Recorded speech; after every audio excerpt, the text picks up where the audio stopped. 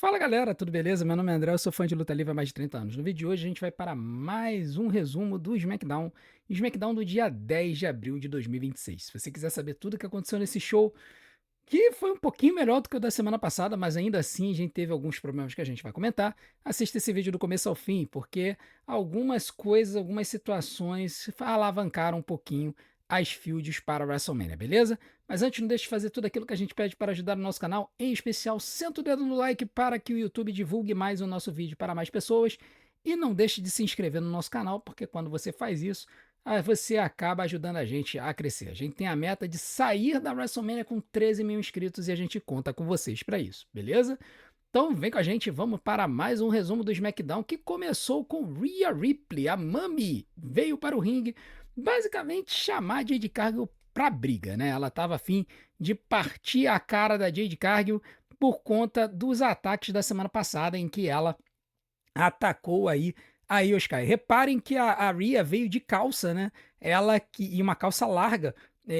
No vídeo de notícias eu falei que ela teve um corte no braço, mas não foi no braço, foi na perna, né? Então ela fez lá os curativos na perna, né? Botou pontos na perna. E aí deve estar com uma faixa, uma proteção gigantesca, né? Então por isso que ela tá aí com essa calça. Enfim, em vez de vir a nossa queridíssima Jade Cargill pro ringue, quem veio foi a Io Sky. E a Io, ela chegou e deixou claro, falando com a Rhea, que ela queria enfrentar a Jade Cargill naquela noite. Ela queria ela mesma garantir que ela iria devolver a sova que ela tomou na semana passada da Jade Cargill.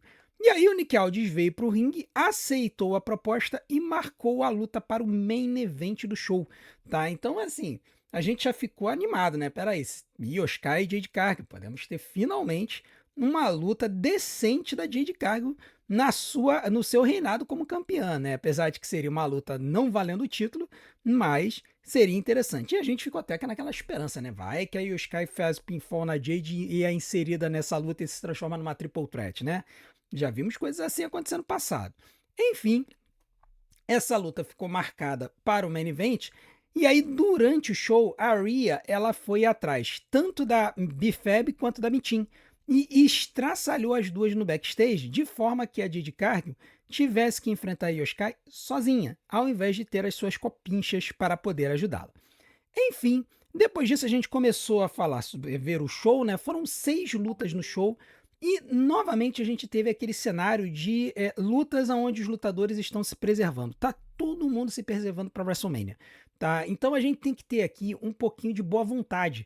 A gente sabe que muitos lutadores andaram se contundindo na estrada para WrestleMania, então tá todo mundo em marcha lenta, tá? Considerando que o principal show do ano é daqui a uma semana. Então a gente precisa considerar isso, já que a gente não quer que ninguém se machuque a dias da WrestleMania. A primeira luta da noite foi uma luta entre Bayley e Alexa Bliss, uma luta que a gente já não vê há algum tempo, tá? Uma luta ali que é referente à divisão de duplas da, da, da companhia, que a gente vai ter aquela uma luta de 4 fatais na WrestleMania, e essa luta foi uma luta equilibrada. A Bayley estava em casa, né? Ela é de San José, Califórnia. O show foi em San José. Ela esteve em casa, o público 100% com a Bayley, mas você sabe, né? Padrões da WWE, se um lutador está lutando em casa, ele vai perder. Então, no final das contas, a Bayley começou a discutir com a Charlotte do lado de fora. A Charlotte jogou a jaqueta nela. A distração permitiu que a Alexa pegasse ela e mandasse um rolamento da morte para 3. Então, vitória de Alexa Bliss, uma luta de 10 minutos, que eu vou dar 3 estrelas. Foi uma boa luta de televisão, mas, novamente, todo mundo se preservando para WrestleMania. Depois disso, a gente teve um segmento de bastidores do Matt Cardona conversando com o Carmelo Reis. O Matt falou que o Carmelo vai ter o seu momento no WrestleMania, dando a entender que o Carmelo realmente está fora da WrestleMania. Ele está vendendo a história de que ele está com um problema no joelho, ele estava ali na sala dos médicos. E aí o Trick Williams veio com o Little Yari. E o Little Yari, né, que é esse rapper aí que está do lado direito do Trick Williams, ele veio com uma camisa do Homem de Gengibre, que é uma referência ao Gingerbread Man do Shrek. E ele está chamando o Sami Zayn de Gingerbread Man porque ginger, em inglês, é uma gíria para falar de pessoas ruivas. Então, talvez você não esteja pegando a referência, né? Sempre que o Little Yari chama o Sami Zayn de Ginger, Ginger Man, Gingerbread, coisa do tipo, é o fato de que o Sami Zayn é ruivo, tá? Ele tá sacaneando o fato do Sami Zayn ser ruivo. Enfim, o Trick Williams veio com o Little Yari para falar com o Carmelo e o Matt Cardona. O Trick falou que estava torcendo pro Carmelo na semana passada, né? E aí o Carmelo fala que espera que o Trick ganhe na WrestleMania porque o Carmelo vai para cima dele para tentar pegar o título de volta depois da WrestleMania, né? Ele simplesmente foi embora e aí o Little Yari tava falando um monte de besteira, o Matt Cardona falou que não estava gostando do que o Little Yari estava falando, e aí na discussão do Trick com o Matt, o Little Yari sugeriu uma luta entre os dois. O Matt Cardona gostou, falou que ia conversar com o Nick Aldis, o Trick não pareceu muito feliz com isso, mas depois acabou parecendo que estava aceitando a situação. Então assim, esse relacionamento do Little Yari com o Trick Williams aí tá um negócio meio engraçado, tá? Depois disso, a gente teve um segmento interessantíssimo do Drew McIntyre, que o Drew falou que ele iria expor a verdade sobre o Jacob Fatu. E essa verdade ele expôs dentro de uma prisão. Ele fez uma promo dentro de uma prisão. Achei muito interessante isso, tá? E aí o Drew, ele falou que o seguinte, olha, a família dele está provavelmente mais familiarizada vendo ele dessa forma, atrás das grades, que a cela representa quem o Jacob é e sempre será, um condenado, que o Jacob escolheu uma vida de crime ao invés de ser um pai, e que ele não pertence à WWE porque ele pertence a uma jaula, já que ele é um animal. O Drew fala que ele vai derrotar o Jacob e vai deixar ele a 1 centímetro da sua vida e que o Jacob vai acabar também de volta na prisão. O Drew falou que o sistema falhou com ele porque deixaram o Jacob fugir, sair da prisão, e que o Jacob roubou o campeonato da WWE quando atacou ele e fez com que ele perdesse para o Corey. Né? O Drew também disse que na WrestleMania ele vai ser o juiz, o júri e o executador do Jacob Fatu. Muito interessante a promo do Drew, assim, muito intensa, teve um contexto, teve uma história, e assim, eu não preciso mais falar muitos elogios pro Drew, não. Vocês sabem que o Drew é meu lutador favorito na WWE hoje. Claro que ele mentiu, porque Rios mentem, né? Ele perdeu o título por causa do Jacob, mas ele também ganhou o título por causa do Jacob, né? Muito hipócrita, mas é isso. Rios mentem e rios são hipócritas. No final das contas, foi interessantíssimo ver essa promo do Drew. Depois o Jacob Fatu foi reagir a isso nos bastidores. E aí ele deu de cara com o Solo Sikoa e os MFTs, né? E aí o Solo Sikoa falou que o Jacob não é a única pessoa na família que é com família na Bay Area, né? Ele estava ali em São José é na área da Bahia ali da Califórnia, e ao mesmo tempo ali perto fica São Francisco, onde muitos lutadores da família da Bloodline moram, né? Os Usos também moram em São Francisco, tá? Então, assim, muita gente da Bloodline mora ali na região. E aí, o Solo, no caso, o Jacob é de San Diego, também ali na região, perto ali na Califórnia. O, o Solo, ele fala que o Jacob é uma vergonha para a família, o Jacob se irrita com isso, desafia o Solo para uma luta, eles que não se enfrentam há algum tempo, né? E o Solo fala que, assim, ele não estava afim dessa confusão. Inclusive, ele pergunta quem foi que atacou o Jacob e arrancou os dentes dele no passado, dando a entender que não foi o Drew no final das contas. Lembra da história do ataque ao Jacob? Resolveram trazer isso de volta, né? E o Drew falou o tempo todo que não foi ele, que atacou o Jacob, né? Então, assim, parece que a WWE tá tentando dar a entender que foi o próprio Solo Sikoa aqui. O Solo, ele fala que o Tamatonga deveria ter uma luta com ele, com o Jacob, e aí o Tamatonga não pareceu muito feliz com isso, mas ele acabou aceitando, e aí o Solo disse que vai conversar com o Nick Aldis para fazer a luta foi marcada para depois no show. Depois disso, a gente teve finalmente a estreia de Royce Keys, né? Royce Keys, ele foi fazer a estreia dele contra o Berto, dos Los Garza. Lembraram que os Los Garza existem na WWE. Olha que os dois caras são muito bons, tá? É realmente uma pena que a WWE não aproveite mais os Los Garza, porque eles são bons lutadores. Mas enfim, o Royce foi apresentado como um powerhouse. Nossa, que comédia, né? Powerhouse, né? Porque o nome dele lá na AEW era Powerhouse Hobbs. Mas enfim, o Royce Kiss, que né, antes da luta dele, teve uma vinhetinha interessante, mostrando o passado dele e tal.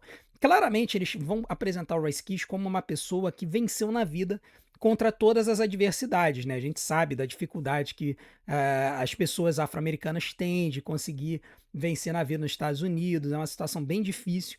E aí o Royce ele falou sobre como ele saiu de uma região pobre e viveu com os avós, né? Os avós criaram ele, e aí ele agradece a isso. E foi graças a essa educação que ele conseguiu chegar onde a gente chegou. Eu achei bem legal eles trazerem esse background, né, essa história dele, que foi muito bem trabalhada lá naquele podcast com a Stephanie McMahon. Enfim, a luta foi uma luta curta de 3 minutos que serviu para mostrar a força do Royce Kiss. Ele lutou muito bem, ele trouxe vários movimentos de um moveset dele, que são movimentos de powerhouse mesmo, movimentos de força.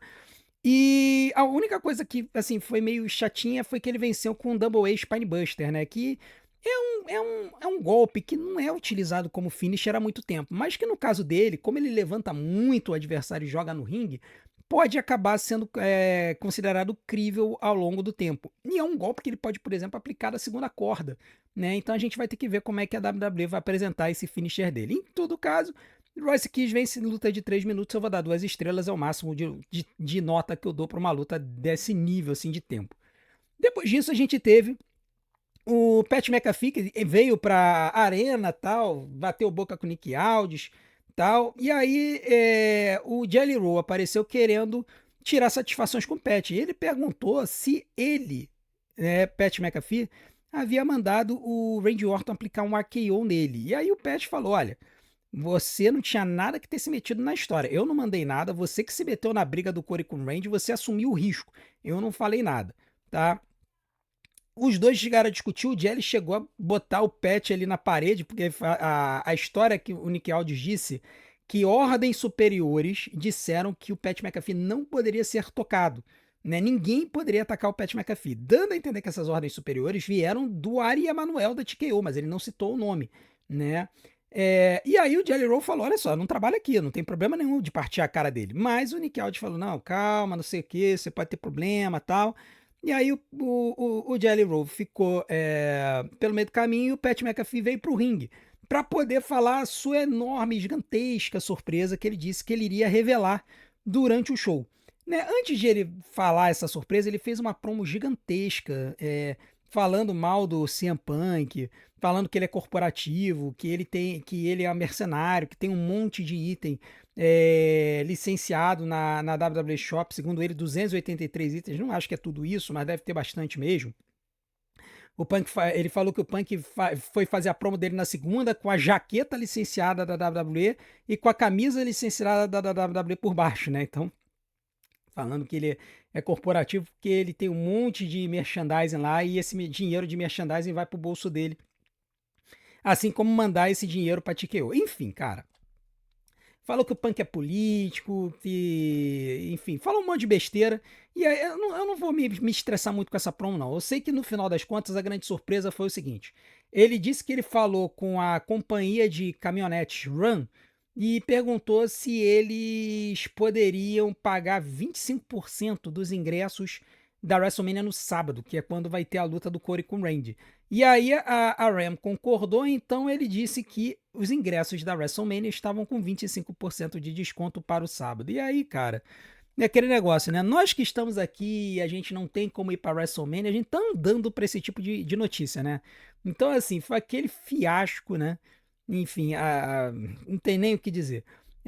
Depois disso, ele disse que vai garantir que o máximo de famílias estejam no sábado para ver o Randy Orton ser 15 vezes campeão da WWE. E depois ele ainda falou que. Depois ele falou uma outra parada, mas foi com o Corey vindo pro ringue, né? O Corey veio pro ringue. E aí eles começaram a bater boca, né? Basicamente, o Corey falou que o Pat pode voltar para onde ele veio e agradecer ao papai dele por ter garantido que ele participasse ali. O Corey falou que o Pat estava parecendo um lutador né? Play wrestler, que seria um lutador fantoche ou alguma coisa assim, um lutador de brinquedo, né? Ou de brincadeira. E aí ele falou que o Pat falou da Attitude Era, mas a Attitude Era foi há 30 anos atrás e o Randy Orton estreou em 2002. Né? Então, quer dizer, primeiro, ele tá querendo que a WWE volte para a Attitude Era, dizendo supostamente que o Randy era dessa era, mas não era. Então você veja o furo narrativo monstruoso que a WWE explorou. A WWE basicamente esculhambou com a promo do Pat McAfee, falando que não fez sentido dele dizer que queria que a WWE voltasse para a Attitude Era, sendo que o Randy nunca foi da Attitude Era. Ele entrou na Ruthless Aggression Era, que teve algumas semelhanças com a Attitude Era, mas não era exatamente aquilo. Inclusive, nós temos um vídeo da Attitude Era e um vídeo da Ruthless Aggression Era aqui no canal. Se você quiser saber as semelhanças e diferenças, assistam esses vídeos. Eu vou colocar o link aqui em algum lugar para esses dois vídeos que a gente tem aqui no canal. Enfim, o Corey disse que, assim, porque o Pat McAfee chamou os fãs de WWE de marques, né? É um termo ofensivo para dizer de pessoas que acreditam que a luta livre é real. E aí ele falou de um promotor de luta livre chamado Paul Butch, que falou que os fãs não eram marques, eles eram clientes. E que as pessoas deveriam ser tratadas bem, porque são clientes. E isso eu achei muito interessante, essa perspectiva. Você tratar os fãs de luta livre bem, porque eles são clientes. Mas o Corey falou que para ele, eles não são clientes, eles são sua família, né? E aí ele falou que na WrestleMania os fãs eles não querem ver o Pat McAfee, eles querem ver Randy Orton e Cody, eles não querem ver o Pat e falou para ele ir embora para casa, né? E aí ele foi embora, né? O Pat falou que ele estava em casa, que ele nasceu para esse negócio enquanto o Cody nasceu neste negócio, que o Cody é um garoto dourado, que é o cara mais falso na Terra, com um bronzeado artificial, cabelo pintado, dentes falsos, um terno de $10.000 porque o Ric Flair disse para ele usar. E aí o Pat chamou o Corey de um campeão de cosplay e que ele vai ser descartado da WWE pelo Randy Orton, né? E aí o falou que chegou e falou que se o Orton não sair da WrestleMania como campeão de 15 vezes campeão mundial, eles nunca mais vão ver o Pat no negócio, o que fez o público aplaudir e falar: vamos para casa, Pat. Isso fez o Pat mandar o dedo médio para a plateia. Aliás, ele mandou o dedo médio para a plateia diversas vezes durante a apresentação e em todas essas vezes a WWE botou um black screen na tela ou desviou, desenquadrou a imagem para não mostrar o dedo médio. Eu fiquei olhando e falei, realmente essa não é a Attitude Era. Mas enfim, o Corey, ele mandou o Pat tirar os óculos escuros, perguntou se o Pat estava meio doidão, praticamente chamou o Pat de drogado. Olha a situação. Para lembrar que ele estava fazendo it na mesa por 3 meses, falou que se o Pat está cansado, talvez ele devesse pedir pro Gunther vir aqui botar ele para dormir de uma vez por todas. Que eu fiquei pensando assim, cara, por favor, vem Gunther, bota o Pat para pagar, para quem não se lembra. O Gunther botou o Pat McAfee apagado no Raw depois da WrestleMania 41. E aí ele vai embora, né? Ele deixa o ringue. O Pat fala que o Corey sempre vai ser um especialista em fugir. E aí, quando ele fala especialista, ele usa o termo elite, né? Uma referência ao Elite Wrestling aí. E aí ele se pergunta se ele vai beijar o traseiro do Triple H e ser bonzinho por conta de tudo que ele tá fazendo. Isso fez o Cody Rhodes se irritar, né? E aí ele veio, aí pediu pro Cody dançar pro garotinho que tava ali na plateia ali. O Cody resolveu vir pro ringue e aí antes que o Cody pudesse atacar o Pat, o Randy Orton apareceu na tela falando que ele atacou o garotão do Cody, que foi o Jelly Roll. E aí, cara, ele veio arrastando o Jelly Roll pro ringue. O Corey foi tentar salvar. No que ele foi tentar salvar, o Pat McAfee acertou as costas do Corey. O Randy jogou ele para dentro do ringue. Os dois estraçalharam ele. O Jelly Roll veio tentar salvar, né? Tentou mandar um chokeslam no Pat McAfee, mas acabou escapando. O Randy acertou ele. O Cody Rhodes ainda tentou salvar. O Pat McAfee acertou o Corey de novo, né? E aí aquela coisa, né, meu irmão? Ai, Jesus, esses faces da WWE são uma desgraça, né? E aí ele acabou tomando uma sova e acabou caindo no ringue, né? Foi estraçalhado pelo Randy e pelo Pat McAfee. E pra piorar a situação, o Pat McAfee malucou o título do Randy. E ele foi embora com o título malucou o título do Corey. E foi embora com o título do Corey, enquanto que o Corey foi embora com o Jelly Roll. E aí, pra piorar a situação, quando eles entraram na caminhonete, o Pat McAfee foi embora com a caminhonete sem botar o cinto de segurança de novo. Cara, olha só.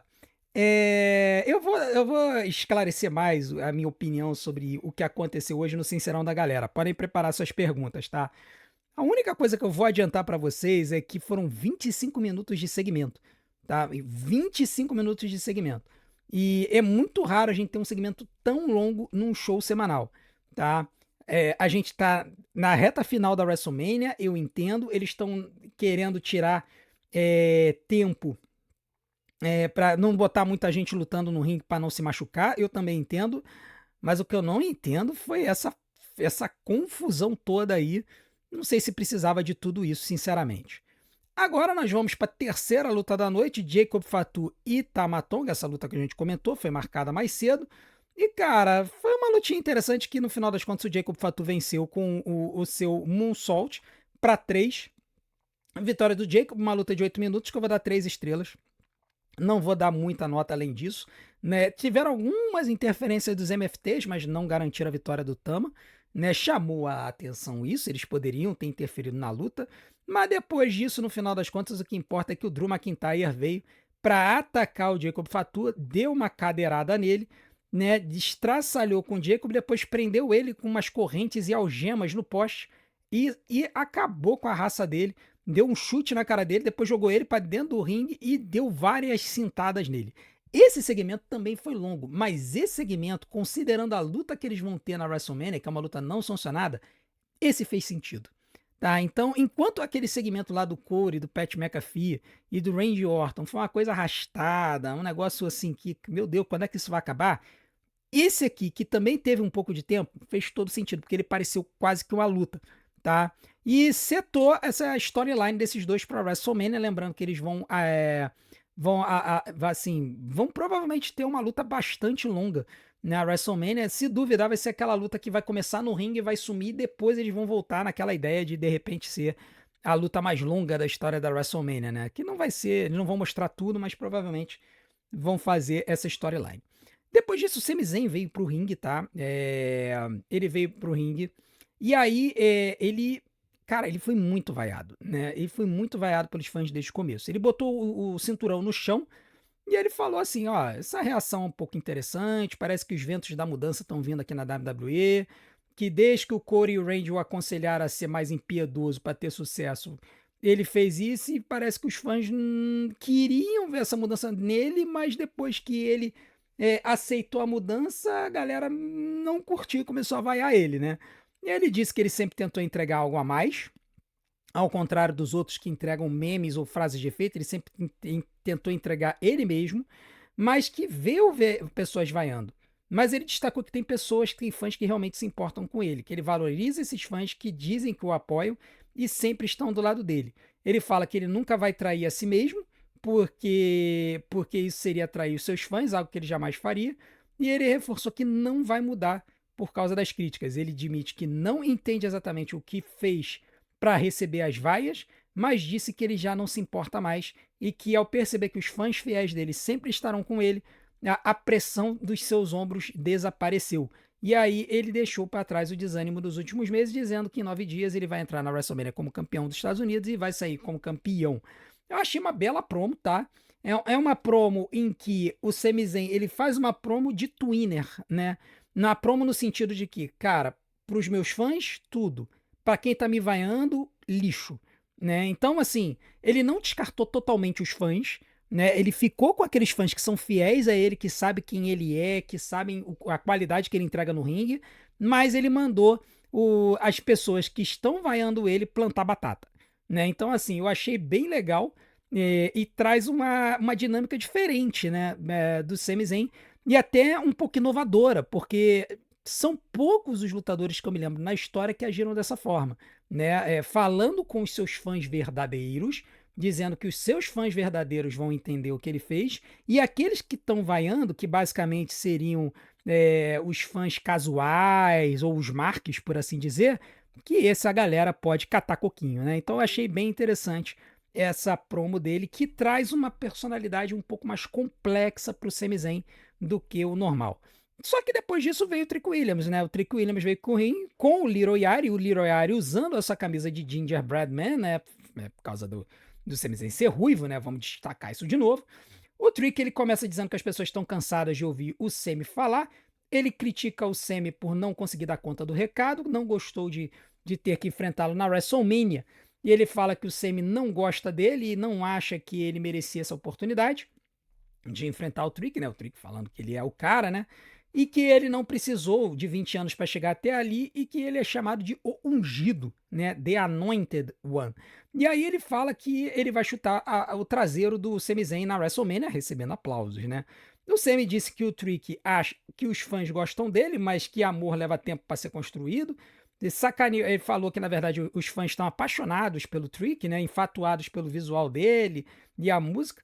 Diz que ele se veste como um cafetão de Nova York dos anos 70, né? Para quem não conhece a história de Nova York, na Times Square era quase que um prostíbulo a céu aberto, antes de ser completamente remodelada nos anos 80 e 90.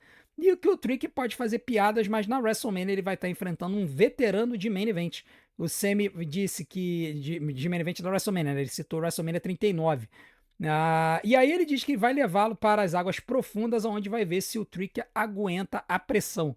O Little Yari vai, chega, intervém, fala que apoia o Trick e declara que vai ter um novo campeão dos Estados Unidos. Esse campeão vai ser Trick Williams. Nisso, toca a música do Matt Cardona, porque o Matt Cardona tinha uma luta escalada contra o Trick Williams. E aí, a luta acontece e o Sami Zayn fica ali do lado de fora assistindo. Durante a luta, o Sami Zayn tenta interferir, ele sobe no apron para chamar a atenção do juiz.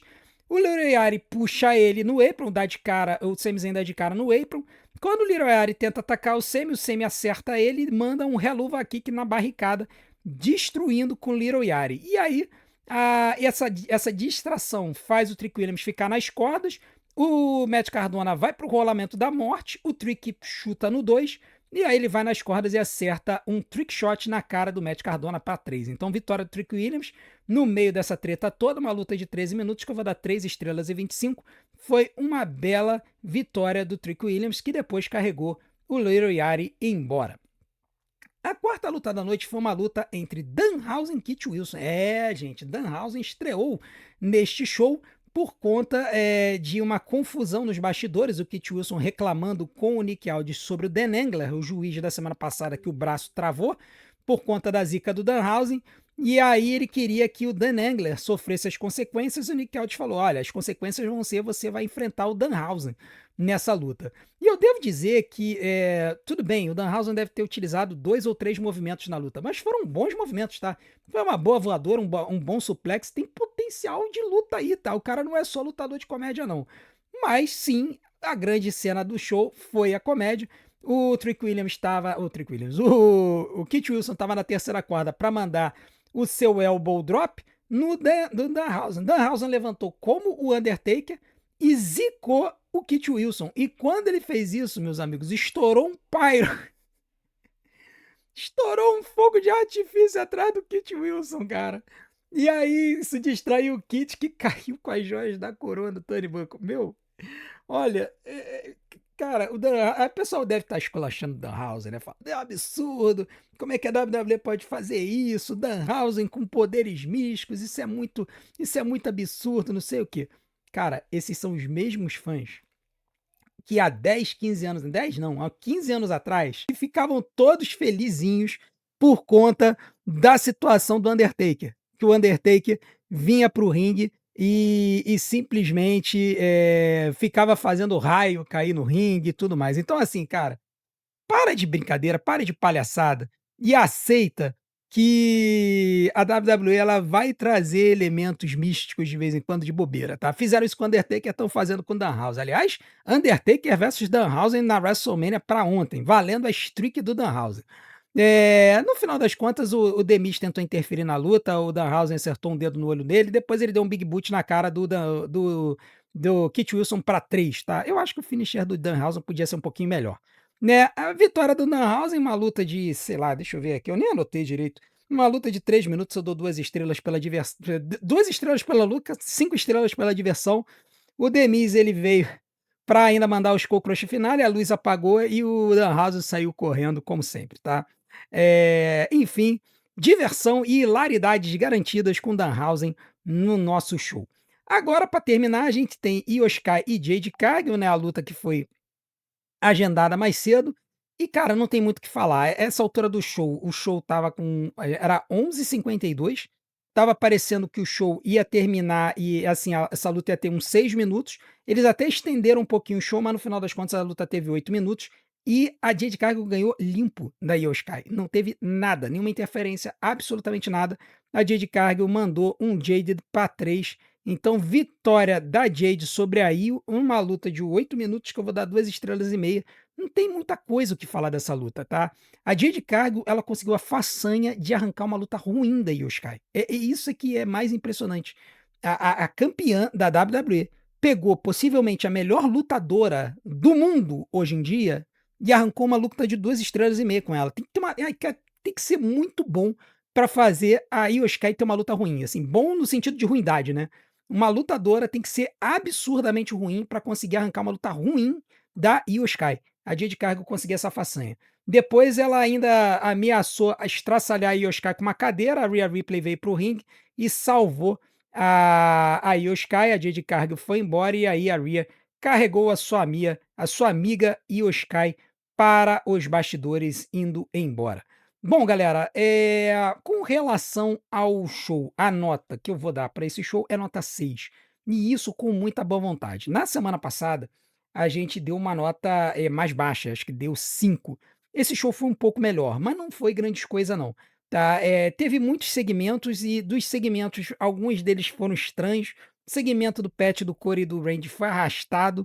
O Pat McAfee totalmente desnecessário nesse show, sinceramente, assim, totalmente deslocado, falando um monte de besteira. E no final das contas, a grande surpresa que ele ia trazer para o público foi um desconto que eles já deram algumas vezes aí nessa estrada para WrestleMania. Os caras realmente estão desesperados para poder vender ingressos para WrestleMania e não estão conseguindo. Por quê? Porque os ingressos continuam caros e algumas storylines estão uma porcaria. Essa do Corey e do Randy, que eles botaram o Pat McAfee, simplesmente estragou o main event, tá? Eu vou elaborar mais sobre isso lá no Sincerão da Galera. Eu quero saber se vocês estão gostando dessa história. A gente vai elaborar no vídeo de amanhã, beleza? Então, para participar do Sincerão da Galera, coloquem os seus comentários aqui embaixo sobre o show dessa semana. Lembrando, um tópico por comentário de 2 a 3 linhas.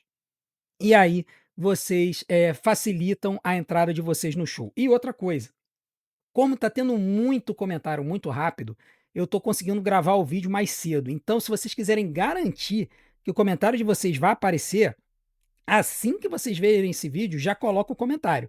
Porque, assim, em 3, 4 horas o vídeo está recebendo 150 comentários e eu já tenho material para fazer o vídeo, beleza? Muito obrigado pela sua audiência. Não deixem de continuar acompanhando o nosso canal. Vai ter muita coisa boa nessa semana da WrestleMania.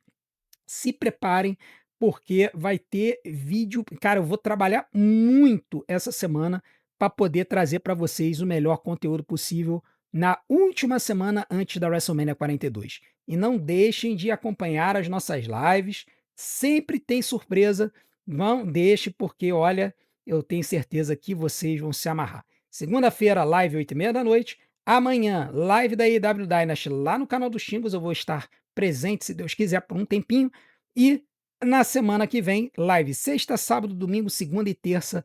Vai ser 5 dias de live no fim de semana da WrestleMania. Vamos ver se o tiozão vai aguentar, beleza? Muito obrigado pela sua audiência. Não deixe de fazer tudo aquilo que a gente pede. Se inscreve no canal, clica no sininho, deixa o seu hype e, acima de tudo, assiste maratona dos nossos vídeos, que tempo de visualização é o que faz o YouTube divulgar a gente.